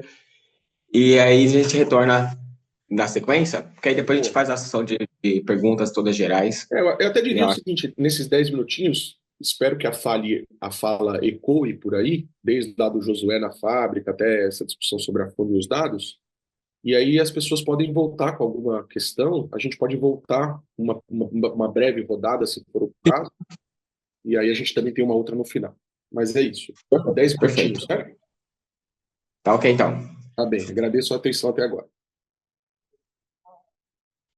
Coloca o horário da volta, Valmir, por favor. Tá, eu vou colocar lá no chat o horário da volta, às 10h30 a gente retorna para a aula. Lembrando que 10h30 a gente passa também a lista de chamada. Vamos lá para o intervalinho e voltemos. Ok, pessoal, já são 10h31, nosso tempo já deu, nosso intervalo, vamos voltando. Se as pessoas quiserem, tiver alguma pergunta a fazer, a gente vai abrir um espaço agora para algumas perguntas. Levantem a mão que a gente vai escrevendo para fala, tá bom? Eu quero chamar o Gabriel, que já se inscreveu aqui para dar um pontapé inicial. Gabriel, professor, já está aí? Já, ok? Já. Gabriel. Bom, eu queria primeiro, que a gente tem que começar já agradecendo imensamente essa aula. Acho que é no mínimo fantástico. Sem, assim, falsa modéstia. Não, é isso. E eu acho que tem duas coisas a serem lembradas aqui. Primeiro, a parte burocrática nossa, né? Lembrando que a gente vai lançar a lista de chamada daqui a pouquinho aqui para vocês. Essa lista de chamada aqui vai nos ajudar a fazer com que a gente consiga gerar os certificados para aqueles que se inscreveram na plataforma da Fiocruz, né? A partir de hoje, dessa lista, a gente vai fazer uma comunidade do Zap para poder ter uma comunicação rápida com o pessoal, tá? Lembrando, quem não conseguiu entrar, se inscrever pela plataforma da Fiocruz, ali no Unasus, depois no nosso curso, por favor, entre em contato com o Valmir, com a Miriam, tá? Para a gente fazer isso. As inscrições a gente ainda deixou aberto, teve uma procura muito boa, tá? Então fiquem atentos aí a isso, essa é a parte burocrática. Agora, parte que me cabe aqui é fazer aquele pontapézinho, aquela provocação que a gente sempre faz para dar aquela alimentada, digamos, jogar aquela pimentinha, aquela temperada nas perguntas, né? Já tivemos aqui intervenções bonitas mesmo, assim, achei algumas bem fortes, né? Mas aqui, o que eu achei interessante que a gente pode colocar, companheirada, é assim, a fome ela é social, né? E o quanto que a discussão de uma figura como Josué de Castro trouxe isso para a gente. Ou seja, essa fome é social no momento que ela é o quê? Ela tem um espaço onde ela acontece. Ela tem uma relação social nas regiões onde ela acontece. Ela tem uma faixa de rendimento que é acometida por isso. Ela tem uma fragilidade social quando ocorre a pandemia de uma faixa da sociedade que é tomada por isso. Ela tem uma faixa também na região da classe trabalhadora. Quem são os homens, as mulheres? Que mulheres? Qual é o gênero que é mais afetado? Qual é a raça que é mais afetada? Ou seja, a fome ela corta toda a nossa sociedade nos seus mais variadas expressões sociais, né? E ela também tem uma disputa política, né? É interessante o que o professor trouxe, do que a gente escuta assim, é uma insegurança, ela é uma que é essa fome? Na verdade, não, vamos designá-la bem, o risco da fome, né? Não é só a gente colocar uma insegurança ou então colocar alguns conceitos em disputa, ou seja, ela também é uma geopolítica, né? Ela entra numa disputa. Não é estranho a gente, um termo americano foi criado uma escala, né? Tantas intervenções estadunidenses aqui no Brasil e mais uma da taxação, mais uma já de golpes que tentaram fazer, né? Ou seja, o termo da fome, além de mostrar o que a população está passando sem um alimento, é também mostrar essa geopolítica que vem aqui, essa disputa política que está. Então, falar de fome nos territórios da moradia, nos territórios das filiadas à CMP, significa um trato político, significa então que a fome é social. E uma outra questão que muito me aguçou, e a gente tem que colocar isso em grandes termos. A fome, ela não é o fracasso de uma sociedade. A fome é o sucesso de uma classe, a classe dominante. É o sucesso do latifúndio. Agronegócio, a gente designa por conta para falar na linguagem deles e indicar o dedo, que é, aqui no caso de São Paulo, é a cana-de-açúcar, é a laranja, é o eucalipto, né? É aquela agricultura que é feita para grandes e deixa o alimento para poucos, né? Ou seja, quando Josué de Castro traz e o professor José Raimundo trouxe de uma forma muito brilhante, ela vem nessa contradição, ou seja, a fome vem do sucesso da classe dominante, né? Então é bom a gente pensar, esse é o sucesso da classe dominante com o que faz em setores urbanos, a gente tem que comprar a comida daquele mercadinho dia, que é o único conceito que ele tem é de ficar 15 minutos de distância um do outro, mais a R$ 500 de distância de um alimento saudável na população, né? Eu acho que é isso que foi colocado, e mais uma vez lembrando, né? Acho que o Florestan traz muito isso. Quando o conceito traz para a classe trabalhadora, a ciência traz para a classe trabalhadora, o intelectual, não necessariamente da academia, né? Quando a gente tem presenteado esses intelectuais, como o professor José Raimundo, Florestan e José de Castro, traz para fomentar a luta popular, né? Eu acho que o Florestan traz isso para a gente, é muito importante. Sobretudo num dia, não sei se vocês sabem, hoje, 26 de julho, é o dia da tomada do quartel de Momocada, em que teve uma experiência latino-americana de soberania dos povos que a gente conhece como a Revolução Cubana mais para frente, movimento de 26 de julho. Então eu acho que eu fico muito feliz numa data tão especial de Comandante Fidel e Che, a gente discutir a fome na luta de classes, a discutir a fome na sua expressão. E acho que essa é a provocação, José, que eu jogo aqui para os nossos companheiros do chat, dessa temperada, e eu acho que a gente já temos grandes parte aqui. Aí fica aberta a inscrição, o Valmir está na coordenação. Obrigado mais uma vez, acompanhado por essa experiência, José. Acho que o maior agradecimento que a gente tem dentro do movimento é assim ver o quanto é útil e uma tarefa futura a gente vai ter. Obrigado. Valeu, Gabriel. Muito bem. Deixa eu ver aqui no site se alguém já se manifestou para fazer alguma pergunta. Se não tiver ninguém, a gente toca também, não tem problema. Acho que não teve. Hoje Também não. a Miriam quer falar, eu acho? Estão me ouvindo? Sim. Sim. Não, era rapidamente. Primeiro agradecer o José Raimundo aí. Sempre eu fico bem contemplado assim com as apresentações, o que ele traz para a gente, porque são sempre processos que amplia, né? E soma ao pouco conhecimento que a gente já tem na área, né? Parabenizar aí o Gabriel pelo brilhante comentário. Acho que a CMP ela está no caminho certo de promover esse tipo de de debate, né? E a gente, na escola, estamos aí aberto a poder aprofundar nessas questões. Mas eu queria dizer, Zé Raimundo, aprofundar um pouquinho na questão da fome, que não, eu não sei nem se eu tive alguns momentos que eu tive que sair por conta da minha mãe, mas eu não sei se você tocou nesse assunto, que não é só a questão do acesso ao alimento, mas a forma que a gente se alimenta, né? O tipo de alimento que tem, que a gente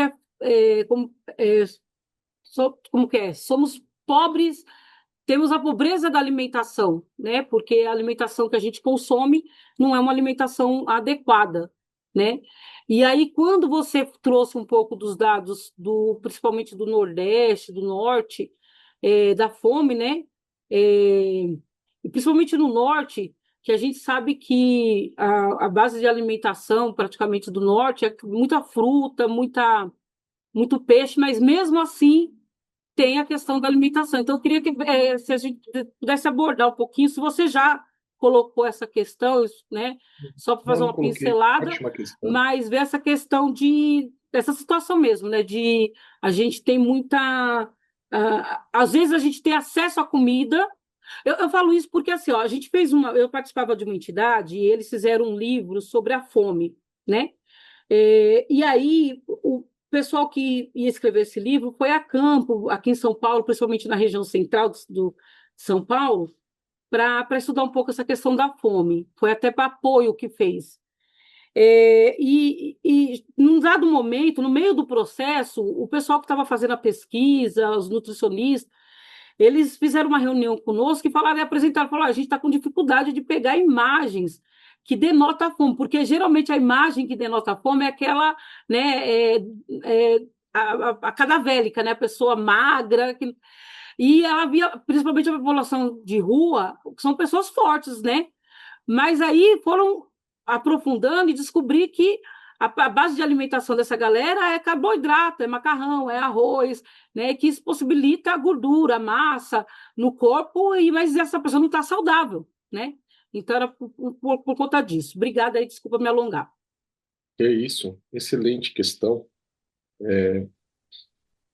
Então, é, eu vou mandar para o Gabriel depois e vocês podem compartilhar o Atlas das Situações Alimentares. A gente pegou dados do IBGE para olhar a disponibilidade de alimentos na casa das pessoas. E é super interessante olhar para isso.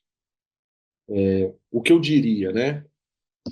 Historicamente, a alimentação do trabalhador brasileiro, ela é monótona, ou seja, pouca variedade, e ela é exígua.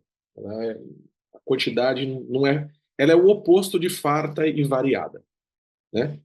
Com o advento ou com a intensificação da industrialização da alimentação, dos alimentos, a gente tem até um problema que se sobressai aí, que soma este, que é o problema dos ultraprocessados. Mas vou fazer uma parte e dizer que no Brasil, ainda hoje, quem come mais ultraprocessado é quem ganha mais dinheiro. Não é que os pobres comem mais ultraprocessados que os mais ricos, isso não é verdade. A gente ainda tem a população empobrecida comendo, sobretudo, o que é base da alimentação? Arroz, feijão, a Lorena colocou aqui farinha. Esses três grupos, arroz, feijão e farinha, são grupos de alimentos que as famílias empobrecidas comem mais do que as famílias mais ricas. Todos os demais grupos, quanto mais dinheiro tem, mais come. Fruta, verdura, legume, carne, né? A carne, a desigualdade não é tão grande porque, como existe a carne de primeira e a carne de segunda, e as nossas mulheres cozinheiras fazem milagres com qualquer carne que chega na mão delas e fazem pratos deliciosos com carnes que são vendidas num preço mais barato, a diferença não é tão grande.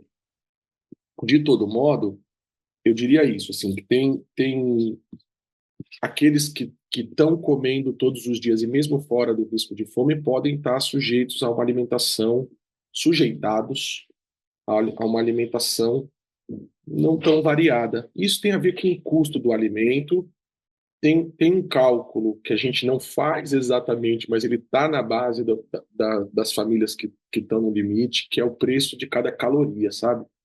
A primeira coisa que a gente vai atrás da nossa alimentação é de energia para continuar com as funções vitais acontecendo. Os micro e macronutrientes, eles são super importantes para a nossa saúde, mas a energia a gente precisa antes. Então, historicamente, quando você olha para os inquéritos alimentares, o que as donas de casa fazem?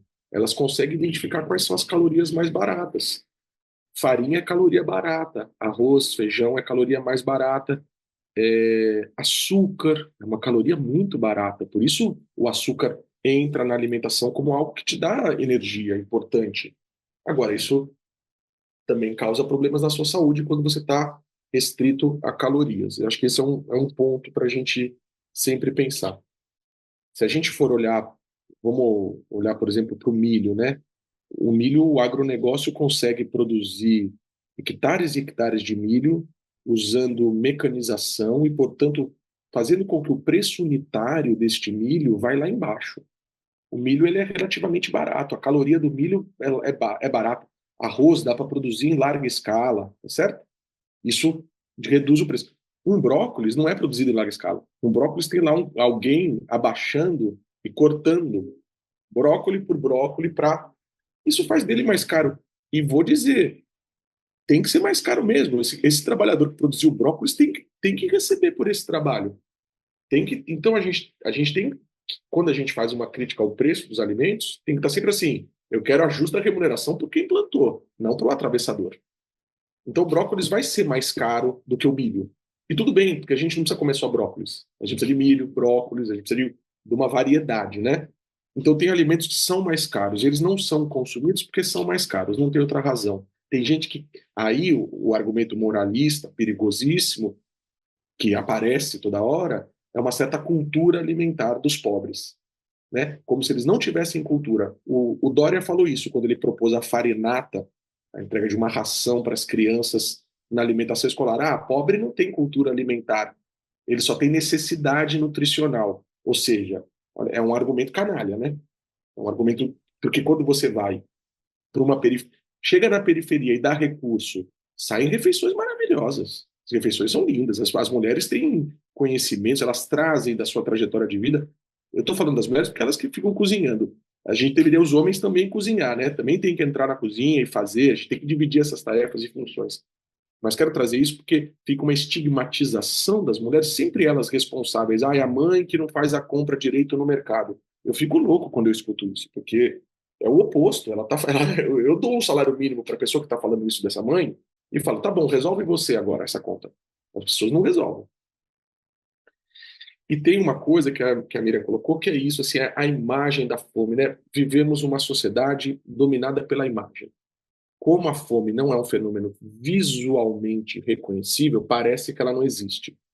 Como a fome causa muita vergonha, muito constrangimento, as pessoas tendem a esconder que estão com fome. As pessoas não saem dizendo por aí eu estou com fome. Para a pessoa dizer para a outra que está com fome, ela tem que estar numa situação muito vulnerabilizada. Então é um fenômeno que se esconde mesmo. E, em geral, quando eu vou fazer alguma publicação e as pessoas querem colocar alguma imagem de fome, eu até peço, eu falo assim, ó, toma cuidado com a imagem que você vai colocar, porque vai estigmatizar certas raças. É sempre uma criança negra, é sempre uma criança no sertão do Nordeste, parece que está só ali, sabe? Se tem uma coisa que... Eu diria, se eu tivesse com você naquele momento, qual que é a imagem da fome? Tira a foto de um prato vazio. O prato vazio é a imagem da fome. Não tá até chegar no corpo, demora. Até chegar nesse lugar demora muito. Então a imagem da fome no nosso mundo, que é muito espetáculo, tudo é imagem, a rede social é uma coleção de imagens, né? Ela acaba desaparecendo nesse lugar. E tem uma coisa dessa fome total, é a última coisa que eu falo antes de voltar para o caminho da exposição, né? Que é o seguinte: as imagens de Gaza, elas parecem para mim, vou usar uma metáfora, como se fosse de uma guerra, assim, sabe? Sabe, cara, aquele relato de um combatente que quando explode uma bomba na frente dele, ele perde a visão de tanta claridade, ele não consegue mais ver. Depois volta a visão, mas no momento da explosão, ele fica cego. Eu sinto que essas imagens têm um pouco esse lugar. Elas elas são tão impactantes que elas podem nos cegar para outras formas da fome. Se a gente fica só com elas. E isso é um problema, porque é evidente que a gente tem que expor esse horror, mas a exposição desse horror não pode servir para dizer, tá vendo, fome é lá em Gaza, aqui não. Eu acho que tem essa delicadeza, mas é super difícil. Obrigado pela pergunta, Miriam. Eu não sei se eu respondi bem a questão da alimentação. O Atlas está lá e eu estou disponível sempre. É só vocês chamarem, a gente conversa um dia sobre esses outros dados. Acho que dá uma boa conversa. Eu vou fazer uma pastinha com os textos do Josué, o arquivo da aula, se vocês quiserem usar. Eu sei que tem muitos dados e eu estou passando correndo. Isso, depois, se alguém quiser olhar com calma. E mesmo o meu e-mail, se alguém quiser mandar e-mail depois, a gente conversa. Então, eu vou pedir para voltar à exposição. Pessoal, lá no chat teve uma contribuição da Zimar que fala assim: a fala do professor trouxe muitas reflexões importantes sobre o que é viver com fome e como esse problema é mais profundo do que apenas a falta de comida. A gente encontra muitas mulheres que, mesmo trabalhando duro, ainda convivem com a insegurança alimentar. A fome aparece de várias formas, na repetição dos mesmos alimentos, na diminuição das refeições, na preocupação constante com o dia de amanhã. Isso afeta não só o corpo, mas também o emocional, a saúde mental e a autoestima dessas pessoas. Como podemos, a partir da organização popular e da economia solidária, construir caminhos que garantam não só comida no prato, mas também dignidade, escuta e autoestima para essas mulheres que vivem em situação de insegurança alimentar? A Cruzeira faz um comentário: temos várias iniciativas aqui no ABC.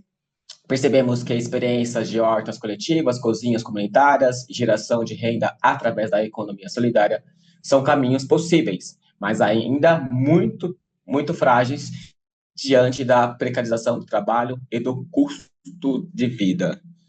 Excelente. E eu... Ok. Achei excelente.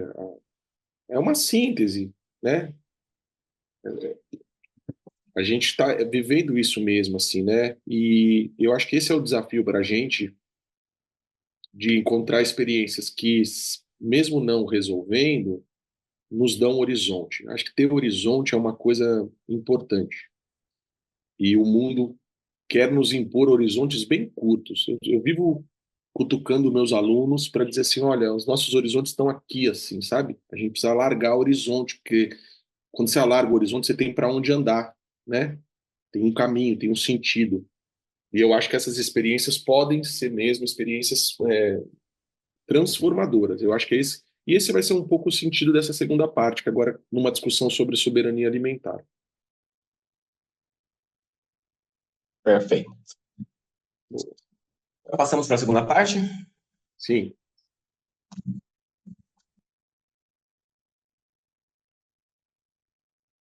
A Ana Ferreira também cita o caso da Igreja Católica, né, que faziam assistência com as igrejas evangélicas. Eu acho que isso tudo ajuda mesmo. Não pode voltar lá em cima, na verdade, foi muito aí na apresentação. Um que está com fome, bem grande em vermelho. Então, a assistência alimentar, a gente vai conversar um pouco sobre ela agora. Assim, ela fica num lugar que é de disputa, sabe? Porque tem uma assistência alimentar que subjuga as pessoas, que as humilha, que as coloca na condição de dependência, que reforça a condição de dependência. E tem uma assistência alimentar que é a da solidariedade de classe. Eu acho que a gente tem que diferenciar essas diferentes formas da assistência alimentar. Elas, de fato, coexistem, a gente precisa saber delas. Então, eu preparei esse slide para voltar. Ele é quase que uma retomada da conversa sobre a fome, antes da gente partir para os projetos políticos. Até que horas a gente vai? Vai até às 11h20. Beleza. Então, eu vou ser bem rápido. Só para dar um recado, pessoal, lá no chat já está a lista de presença, tá aí o formulário, dá para vocês assinando, por gentileza, não esqueçam. Esse slide aí, para mim, é para a gente debater a fome como algo estrutural. E a fome é estrutural não só pelo tamanho da fome. Eu quero pensar a fome como estrutural porque ela desestrutura, estrutura e reestrutura. Ela desestrutura relações sociais de produção e de propriedade que não são capitalistas. Então a Lorena estava dizendo, olha lá os Yanomami. E a seta tem dois sentidos porque eu estou pensando numa interação entre essas duas coisas. Se eu submeto os Yanomami à fome, eu desestruturo as relações sociais deles. Relações sociais que não passam pelo mercado, que não são capitalistas.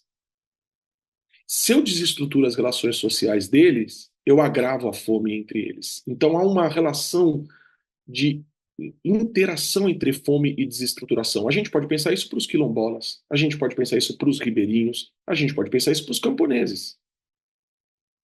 Então você vai desestruturando relações sociais que não são de mercados, que não são capitalistas. A gente pode olhar isso historicamente. A chegada da colonização aqui foi a desestruturação de tudo que é uma relação não capitalista e a imposição de relações capitalistas. E a fome foi um elemento utilizado para isso. Do outro lado, a gente tem a fome como algo que estrutura e reestrutura as relações capitalistas. Uma pessoa em situação de fome está mais sujeita à exploração. Ela aceita condições degradantes de trabalho, está na base. É uma forma de violência econômica. E isso tá, o próprio Marx traz isso no Capital, mas tem vários textos que trazem isso. É muito mais eficiente submeter à fome do que ter que ficar dando chicotada. Submeter à fome, a pessoa ela vai ao trabalho. Você não precisa dar nenhuma chicotada nela para ela ir ao trabalho. Então, a fome estrutura as relações capitalistas, faz parte dessas relações capitalistas. Ela desestrutura tudo aquilo que não é capitalista e ela está no fundamento das relações capitalistas, que foi algo que o Gabriel trouxe como a fome sendo um fenômeno social que corta a nossa sociedade. Ela é de fato um fenômeno social, ela é intrínseca, imanente, ela faz parte das relações sociais capitalistas. Por isso que, do meu ponto de vista, a superação da fome exige transformações estruturais. Não, se a transformação não for estrutural, a gente pode diminuir a fome, mas a gente não acaba com ela. E é com isso que eu começo a nossa conversa. Próximo slide, por favor. Perguntando se a fome é um projeto político, mas, na verdade, já querendo trazer uma pergunta que, para mim, é melhor do que essa, que é pensar como diferentes projetos políticos lidam com a fome. Não tem só um projeto político que produz a fome e que lida com a fome. Tem mais de um. E é importante reconhecer estes diferentes projetos políticos, porque há também uma tentativa de cooptar a luta a todo momento. Né? De um lado, você coage, bate, é violento, quem está no movimento social está sujeitado às violências do Estado, né? Basta ir à rua para protestar que o Estado aparece. Se você for ocupar um lugar para ser sua moradia ou para você produzir alimento, o Estado aparece. Né? Então tem essas formas coercitivas, mas também tem formas importantes de cooptação da luta que não são só coercitivas, tem outros elementos. Por isso eu vou fazer uma reflexão. O próximo, por favor. Eu montei um quadro aí para a gente navegar um pouco sobre como diferentes projetos políticos se posicionam, lidam com a fome. E esse quadro, ele tem uma inspiração na obra de um autor americano chamado Eric Holt Jimenez. Eu vou colocar aqui no chat o nome dele. Eu fiz uma tradução precária de um dos textos dele que traz este quadro, eu posso disponibilizar para vocês, mas eu estou tentando um pouco trazer para a nossa realidade, adaptar. Então, assim, eu tomo como inspiração esse quadro, mas eu não estou preso nele. E eu acho que, olhando para a realidade brasileira neste momento, a gente pode dizer que tem um projeto neoconservador, que a gente poderia chamar de ultraliberal, autoritário. A gente tem uma frente ampla, progressista, que se contrapõe a este projeto neoconservador. E a gente tem um projeto, ou teria projetos que são emancipadores, que, do meu ponto de vista, estão com os movimentos sociais neste momento, né? Claro que a divisão entre um projeto e outro nem sempre é tão explícita, tão clara. A gente vai fazer um esforço de classificação aqui, mas não é para ficar com isso estanque. E, na verdade, eu estou até testando com vocês. Se vocês discordarem do meu quadro, as discordâncias serão muito bem-vindas, porque aí eu aprimoro ele para as próximas conversas. Então, eu vou fazer uma proposta da gente olhar para cada projeto e como ele vai lidando com a fome. Eu vou começar pelo neoconservador. É o próximo slide. Volta um, para não aparecer o progressista aí. Foi tudo. Ixi, te quebrei, né, Gabriel?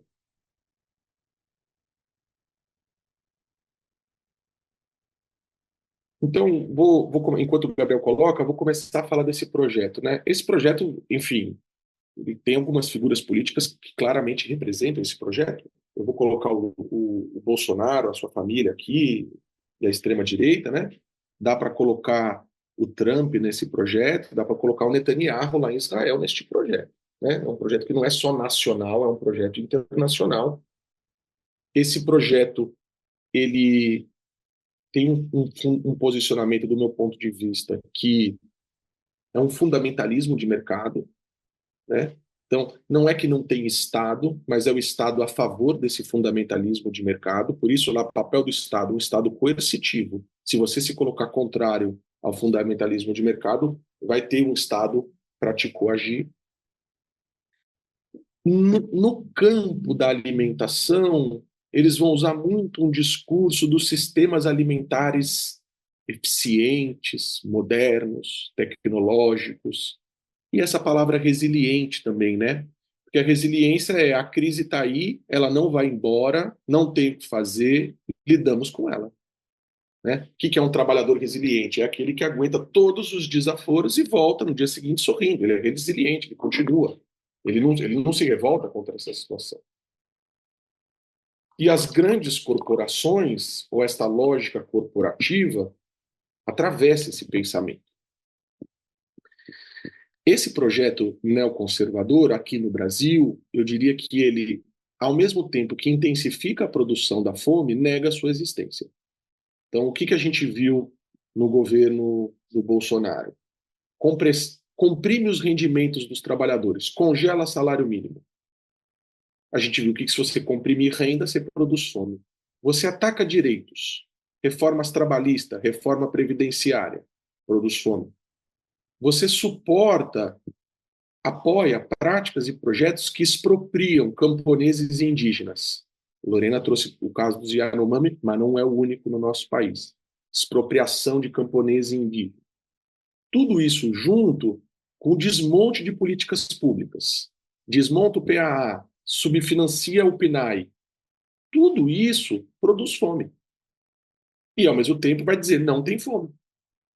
Então, é um projeto que nega a existência da fome, enquanto produz essa fome. Quando admite a existência da fome, a fome é entendida como uma falha individual ou fracasso pessoal. Então, joga para a pessoa a responsabilidade dela estar com fome, uma crítica moral. Quando admite a existência da fome, diz que o problema é a interferência do Estado na economia. O Estado tem que servir para coagir, para garantir a segurança, a ordem. Na economia, em tese, ele não deveria intervir, né? Qualquer obstáculo ao livre mercado é visto como ele sendo o causador da fome. Alguns apontam para a dinâmica demográfica, ou seja, para o tamanho da população, os argumentos malthusianos e neomalthusianos, argumentos de que tem mais boca do que alimento, que a gente sabe que não é verdadeiro. Quais são as soluções que esse projeto dá para a fome? Uma solução que ele vive dando para a fome e para outros problemas sociais são os ajustes estruturais, né? Promovidos pelos organismos internacionais. Então, o FMI na Argentina, junto com o Milei, corte em política social, privatização, é isso que vai tirar a Argentina da crise. E você vê lá a pobreza aumentando e a fome aumentando. Eles vão falar que é um problema de modernização. Quanto mais a gente modernizar o sistema alimentar com boas tecnologias, mais alimento vai ser produzido e as pessoas não vão passar fome. Esse é o discurso. Então, que tecnologias a gente tem que usar? Agrotóxico. Taca agrotóxico, aumenta a produtividade. Vamos usar transgênicos. Certo? Vamos usar bastante antibiótico nos animais, porque aí a produtividade aumenta e eles dizem, com isso a gente acaba com a fome. Em alguns casos, caridade, filantropia. Então, para criar uma imagem de marca bacana, aquela mesma empresa que paga um salário miserável para o trabalhador, vou usar como exemplo a iFood, é a empresa que vai participar de uma doação de alimentos para dizer, olha, é uma empresa com responsabilidade social, né? Ela está atuando neste lugar. No caso internacional, o que a gente está vendo agora em Gaza é a militarização e privatização das ajudas alimentares. Em vez de usar uma organização para fazer ajuda alimentar, privatiza e militariza a ajuda alimentar. Enfim, esse projeto é forte, é um projeto que ganhou muita força e a gente precisa saber entender os argumentos desse projeto, né? Passemos ao progressista. A primeira coluna dele, boa.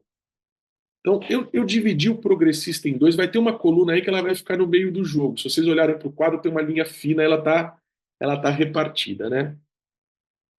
Tem um posicionamento que é liberal ou até mesmo neoliberal, com certa preocupação social, né? Qual que é o entendimento?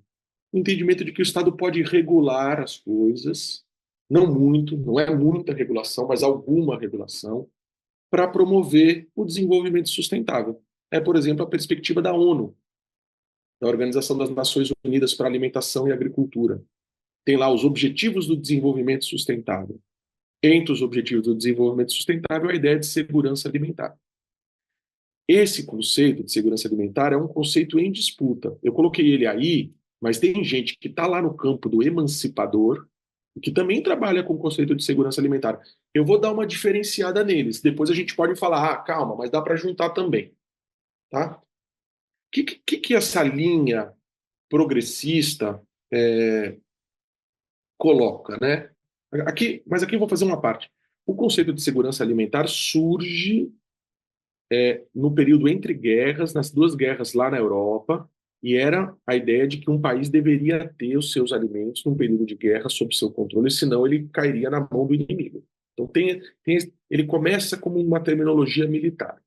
E ele ganha muita força nos anos 70 e 80 neste processo de substituição do termo fome por insegurança alimentar, porque ele vai dar um caráter mais técnico para o debate. Ele vai retirar a política, esta perspectiva liberal social, para ela não tem classes sociais, quanto mais classes sociais antagônicas, quanto mais embates, né?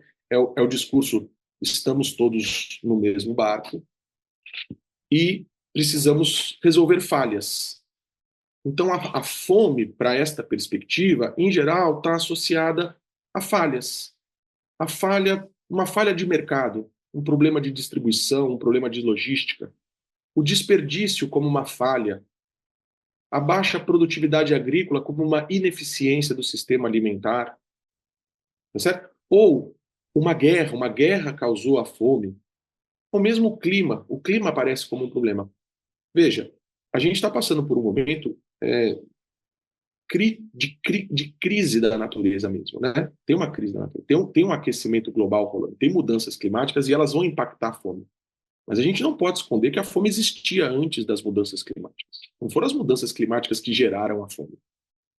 Se a gente acha que as mudanças climáticas geraram a fome, a gente de alguma forma entra naquilo que o Josué tentou evitar, que não é a seca que gera a fome. A seca desencadeia. Quer colocar, Gabriel? Fala. Não, acho que é só fazer um adendo. Quando você fala que é falhas, é interessante que tudo vai entrando naquela questão, falha de mercado, falha. Ou seja, é um termo que é muito incorporado na política pública, só isso. Muito, muito. E esta perspectiva vai trabalhar muito com a ideia de política pública, né? Então aqui eu vou fazer uma parte que vai dialogar com a tabela. No início do século, ou até 1959, ainda podia se falar em revolução, né? Esse era um termo usado. A Revolução Cubana colocou medo nos Estados Unidos com relação à América Latina inteira. Logo depois que deu a Revolução Cubana, qualquer perspectiva crítica já era taxada como revolucionária e golpe. Com o tempo, revolução foi sendo excluída do nosso vocabulário político e a gente passou a falar em reforma. Então vamos falar de reforma, né? Então tem que fazer a reforma agrária, tem que fazer a reforma urbana. Que em muitos sentidos, e por isso esse termo progressista aí está dividido, tem muita reforma que é emancipadora, tem muita reforma que está apontando para uma emancipação. Não é a emancipação, mas ela já aponta para. Reforma, no sentido forte do termo, também saiu de moda. Não fizemos reforma agrária. Mesmo com os nossos governos progressistas, não teve reforma agrária. Nem reforma urbana, no sentido forte do termo. O que sobrou para a gente? Política pública. E política pública parte de um pressuposto, de que não tem dinheiro. E que, portanto, com pouco dinheiro tem que ser muito eficiente. É a linguagem da eficiência. Esta perspectiva, em geral, subdimensiona a fome, com os eufemismos. Por que tem que subdimensionar a fome? Para caber na política pública focalizada. Se eu falo para você que quase metade do país, em certo momento, está em risco de fome ou fome, a política para resolver isso não pode ser focalizada. Vai ter que ser uma política estrutural. Então você faz o caminho inverso. Você diminui o tamanho do problema para que a sua política focalizada faça sentido. Então, programas sociais focalizados, a ideia de boa governança, de parcerias público-privadas, o aperfeiçoamento dos sistemas alimentares. Então, a gente vai tentar promover um agronegócio verde, um agronegócio com certificado de sustentabilidade. A gente vai dar financiamento e apoio técnico a uma agricultura familiar de mercado. A agricultura familiar de mercado, aquela que está bem estruturada como uma pequena empresa, essa vai ter financiamento e apoio técnico, também vai ter filantropia corporativa para resolver os problemas da fome do ponto de vista dessa perspectiva. Próximo, por favor. Aqui está um meio termo aí, entre o progressista e o emancipador, e o Holt Jimenez, quando escreve esse texto, ele diz para a gente, temos que atrair esta perspectiva para o nosso lado. Ele está, em muitos sentidos, dizendo assim, a gente que está aqui num projeto emancipador tem que convocar colegas que muitas vezes estão do nosso lado na luta a compreender que precisa ser emancipador, senão a gente vai ser cooptado. Então tem uma perspectiva que eu vou chamar de reformista, um posicionamento reformista, que luta por uma ideia de justiça alimentar. Esse conceito é mais forte nos Estados Unidos, aqui ele é menos, aparece menos. Que vai entender que o Estado pode mediar conflitos. Percebe? Já tem a ideia de conflitos, mas o Estado pode fazer essa mediação institucional para a gente. Né? No fundo, o que está dizendo essa perspectiva reformista? A gente tem injustiças, mas elas são corrigíveis. E se a gente fizer uma mediação institucional pelo Estado, pegar o Estado como um ator central para equilibrar conflitos, a gente avança. Eu tendo a discordar porque eu discordo desta concepção de Estado que está por trás desta concepção. Né? Então, elas vão identificar as falhas regulatórias do mercado, elas vão se na progressista tem lá um Estado regulador, essa do Estado mediador de conflitos quer muito mais regulação do que a liberal social. Ela quer impedir os abusos corporativos, né? Ela quer impedir a concentração de poder no setor varejista. Né? Eu entendo que boa parte da luta em torno do consumo de ultraprocessados, para a diminuição deles, está aí também, nessa perspectiva reformista. Né? Ela vai olhar, diferentemente da outra, para desigualdades estruturais. Ela vai falar de racismo, ela vai falar de sexismo, né? Ela vai falar das assimetrias de poder na cadeia alimentar, como as corporações dominam os pequenos agricultores, mas ela rejeita rupturas mais radicais. Ela entende que reformas graduais, com mecanismos legais, com políticas públicas, em diálogo com atores hegemônicos, pode nos tirar dessa situação. Eu fiquei anos no Conselho de Segurança Alimentar Municipal aqui em São Paulo. Muitos dos meus colegas eu identifico como tendo essa perspectiva política. E é gente que está lado a lado na luta, que está militando, que está preocupado e que tem essa perspectiva. Então a gente também tem que, não dá para achar que é só uma perspectiva que está na luta. Há nesta perspectiva gente que é de movimento social, que está na luta e que por vezes tem uma compreensão um pouco diferente, mas que não deve jamais, do meu ponto de vista, nos fazer deixar de caminhar lado a lado. Eu quero mais é trazer essas pessoas para uma conversa profunda sobre essas bandeiras. Então, essa perspectiva reformista, ela quer uma reforma do sistema alimentar. Ela quer demandas regulatórias, ela quer certificação de alimentos, ela quer políticas de ação afirmativa, ela se atrela muito à ideia do direito humano à alimentação adequada. Qual é o meu problema com a ideia do direito humano à alimentação adequada? Ele é excelente ter um direito que vira horizonte, mas o direito, quando ele fica com uma concepção como direito natural, ou seja, uma coisa quase assim, todo mundo tem o direito de se alimentar. Legal. E daí? Ou o direito está na lei. É mesmo? E quantos não estão? Então, às vezes, parece que é uma grande conquista ter um direito lá na Constituição, mas a gente sabe que num país como o nosso, entre o direito que está na Constituição e ele se realizar, tem um grande universo.